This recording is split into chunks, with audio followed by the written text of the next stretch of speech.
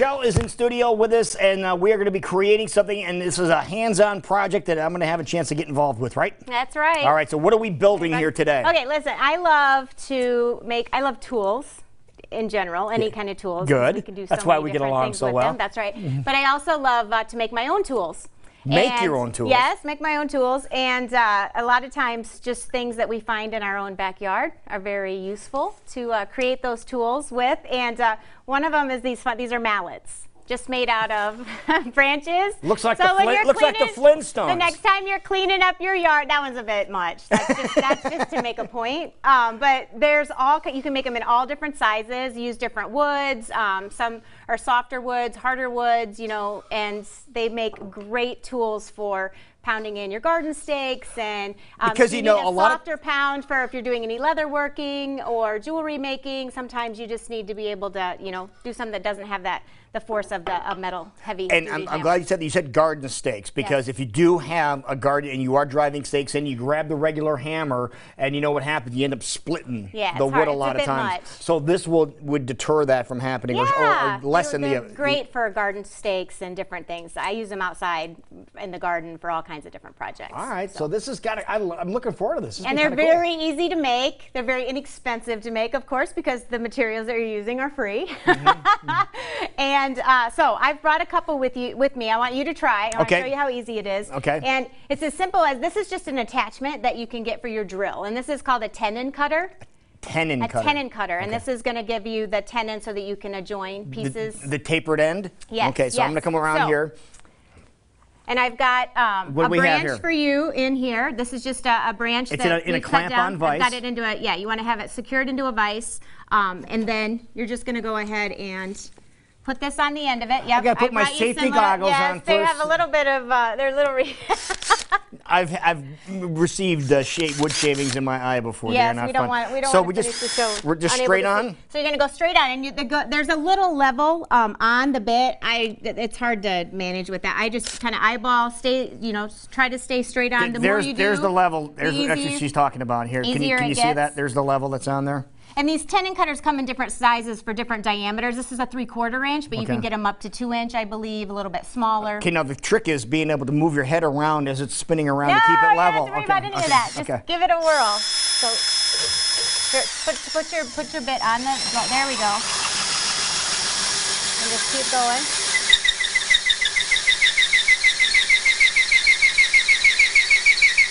Okay, pull it off. Look at it, guys. There it is. See how nice that is? So it just puts the little post on there. Yes, and then what you'll do is put your pieces together. I have a top. Oh, we already put it together. So then you'll drill a hole. So this is just a regular old hole. For the top of your mallet. So this is your handle, and then you'll use a larger diameter branch for the head of your mallet, and you'll drill a hole the same diameter as the tenon you've created. So 3/4 inch spade bit, Forstner bit, and use some wood glue to support it. We also have some, just plain old wood glue goes on here. And then and this has a little bit of rough texture to it, so it's going to get nice grab with that wood glue. Okay, now do you need to do anything else with this? Because I know if you do have an axe or something that people have changed the handles because you broke them, you have to you drive a wedge in there and tighten it up. Do you need to do that with a hammer like this or not? I haven't, and if I run into, these have lasted a really long time. Different woods are going to last longer. You want to make sure you're working with a dry branch so you're not dealing with as it's drying out, because it'll split. Yeah, it'll split on you, so make sure your branches are nice and dry. And then I give them a nice wax and polish, and if it falls apart on me, I just go grab some more branches. You just make a new one? Because it's really quick. You now can make a whole bunch of them. The difference between this one here, you drilled all the way through. There it is. So you can see that. You drilled all the way through, and you can see the stick coming all the way through here. And this one you only drilled, halfway through? Yes. I went up at least halfway. Is that because it's a bigger hammer, or just design? Just design. I don't think it makes any difference in how durable it is, whether you're going all the way through. I like the looks of these, and so you can just kind of tell when you're working with the logs what feels better and what holds together better. Okay, and let's take a look at this one here again too, because this one here you have some leather strapping around here. Yep, and that's just another way to secure. There's some wood glue in there as well. And it kind of makes it decorative. I like to snazz things up a little bit once in a while. Looks pretty cool. Yeah. And then you can use the same concept to kind of start and whittle down. This is another little tool you can make out of a branch for, this is a garden dibble, it's called. A dibble? This is a great tool. What is this for? And then you can use it to draw your lines in the soil to plant your seeds. You can use it to, you can put depth markers on there, and then, you know, do your holes if you want to put plugs or you're starting your plants. You can probably just jam it in to make a hole. It's a fabulous tool for the garden, out of a branch. It almost looks like probably a weeder too. If you have some weeds, you can get the roots out of it. And dig out. It's a great tool. Again, and you found this branch in your backyard. It's a branch that's, you know, a good inch and a half in diameter, and then kind of whittle down the end, sand it down. Sometimes I'll start with the tenon to get it, you know, and then use a sander to get it to the next. And just think, if you have one of these and you mess it up, you could turn it into one of these. That's right. And then these are garden markers. So these are sticks. This is a stick. I know. And then, you know, shave back the bark, and then you can write on it. You can wood burn. Oh, you did? I didn't see the other side. Yeah. Okay. How about that? I didn't realize you did that on that side. Yeah. So then you can mark your plants or your rows and different things. So that is a great idea. I know. You can make smaller ones, bigger ones. This year in the garden, we planted a whole bunch of seeds, and to be honest with you, I don't know what's what. I don't remember. I don't know what's coming. If it's a weed or if it's a lettuce type variety. And this way you could do this, mark it, and then you know what it is. Yep.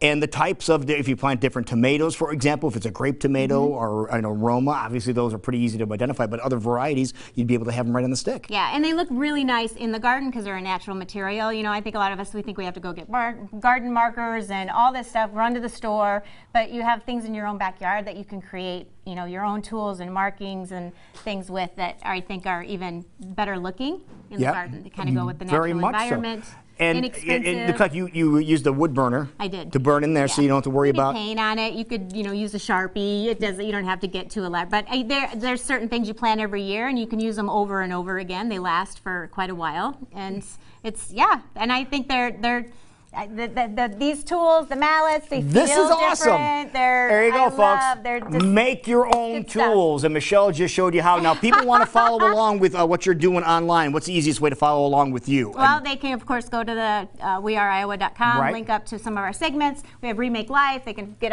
on Instagram and Facebook, our websites, and we share lots of projects and ideas and different programs and presentations. There you go. All right, so see that? We have our stick, we have our hammer, so we can take our hammer and our stick.